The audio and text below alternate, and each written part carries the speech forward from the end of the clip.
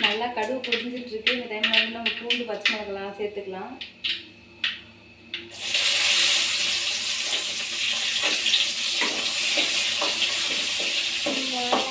பூண்டுலாம் அம்மியில் நல்லா நசுக்கி போடுங்க. அதனால சூப்பராக இருக்கும். நம்ம அப்படியே பூண்டு உரிச்சு அப்படியே போடுறதால நசுக்கி போட்டால் இன்னும் நல்லாயிருக்கும். அதனால நசுக்கி போட்டு ட்ரை பண்ணி பாருங்க. ஏதோ உங்களுக்கு ஏதோ குழம்பு வைக்க தெரியாத மாதிரி எனக்கு வச்சுட்டு வைக்க தெரிஞ்ச மாதிரி சொல்லிட்டு இருக்கேன். அப்படிலாம் இல்லை, சின்ன சின்ன ட்ரிப்ஸ் எனக்கே தெரியாது. நானே நிறைய இது பார்த்து தான் கற்றுக்கிட்டேன். அதனால ட்ரை பண்ணி பாருங்க. பூண்டு நல்லா வதங்கிட்டேன். வெங்காயம் சேர்த்துக்கிட்டேன். அதுக்கப்புறம் உப்பு கொஞ்சம் சேர்த்துக்கலாம். நல்லா சீக்கிரம் வதங்கும், அதனால உப்பு சேர்த்துருக்கேன் அப்படின்னு சொல்கிறாங்க. அது உண்மையெல்லாம் எனக்கு தெரியாது. உங்களுக்கு தெரிஞ்சிருந்தா மறக்காமல் சொல்லுங்களா, தெரிஞ்சுக்கிறேன், கமெண்ட் பண்ணுங்க. வெங்காயம் நல்லா வதங்கிட்டா அதுக்கப்புறம் நம்ம தக்காளி சேர்த்துக்கலாம். புதுசாக அரைச்சி வைக்கிறேன். மீன் குழம்பு எப்படி இருக்குன்னு தெரியல. நல்லா இருந்தால் மறக்காமல் உங்கள்கிட்ட நான் ஷேர் பண்ணுவேன். நீங்களும் வந்து எப்படி இருக்குன்னு சொல்லிட்டு எனக்கு கமெண்ட் பண்ணணும்.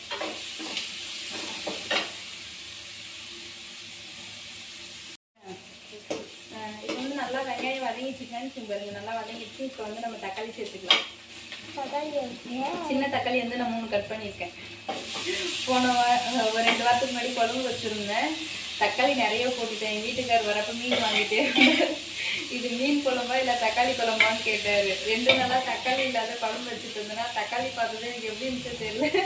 தக்காளி எக்ஸ்ட்ரா போட்டு வச்சேன். அவர் எதுவுமே சொல்லாத சாப்பிட்டு அதுக்கப்புறம் சொல்லி சிரிக்கிறாரு.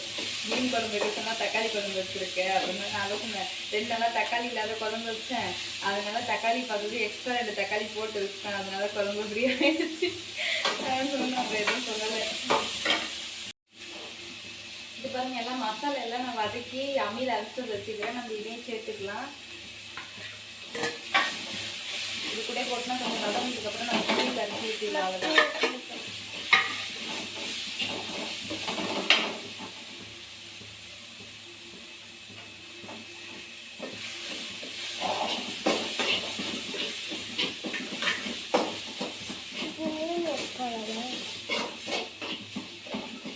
கொஞ்ச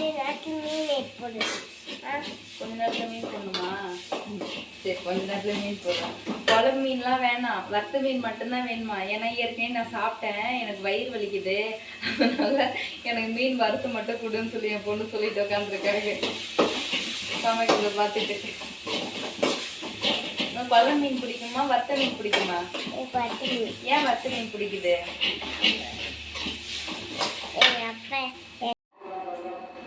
மிளகாத்தூள் சேர்த்துக்கலாம். வீட்டில் அரைச்சி மிளகாத்தூள்.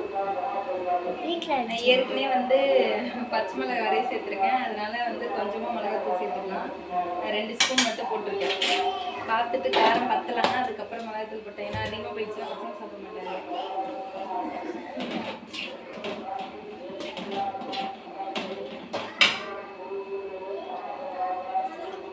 புளி நான் மீன் வாங்கிட்டு வந்த உடனே புளி ஊற வச்சிட்டேன். ஏன்னா அப்போ தான் வந்து நமக்கு ஈஸியாக இருக்கும் கரைக்கிறதுக்கு. அதனால் ஊற வச்சுட்டா நம்ம சேர்த்துக்கலாம். புளி கரைச்சி ஊற்றிக்கலாம். உங்களுக்கு எவ்வளோ தேவையோ புளியோட சேர்த்துக்கோங்க.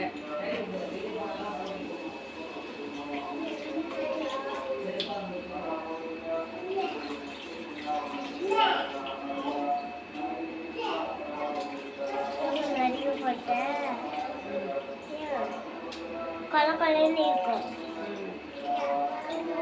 உங்களுக்கு எவ்வளோ தேவையோ அவ்வளோ கரைச்சி ஊற்றிக்கோங்க. உப்பு காரம் எல்லாம் கரெக்டாக இருக்கான்னு பார்ப்போம். எனக்கு எவ்வளோ தேவையோ அவ்வளோ வந்து நான் தண்ணி ஊற்றிக்கிட்டேன். சூப்பராக இருக்குது. வேணும்னா தேங்காய் அரைச்சி ஊற்றிக்கலாம். எனக்கு வந்து தேவைன்னு தான் நினைக்கிறேன். ஏன்னா நாங்கள் 2 பேர் தான், அதனால இதே போதும். உங்களுக்கு வேணும்னா தேங்காய் வேணால் அரைச்சி ஊற்றிக்கணும், நல்லாயிருக்கும்.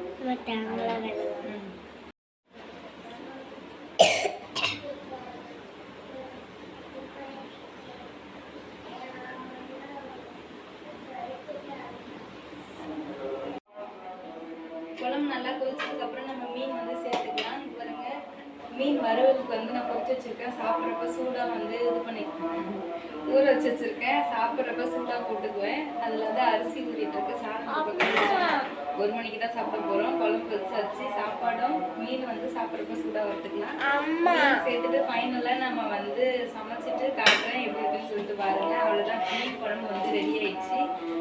லாஸ்ட்டு மீன் சேர்த்து ஒரு 5 நிமிஷம் இருந்தால் போதும். அதுக்கப்புறம் குழம்பு ஆஃப் பண்ணிடலாம். அவ்வளோதான் ஃப்ரெண்ட்ஸ்.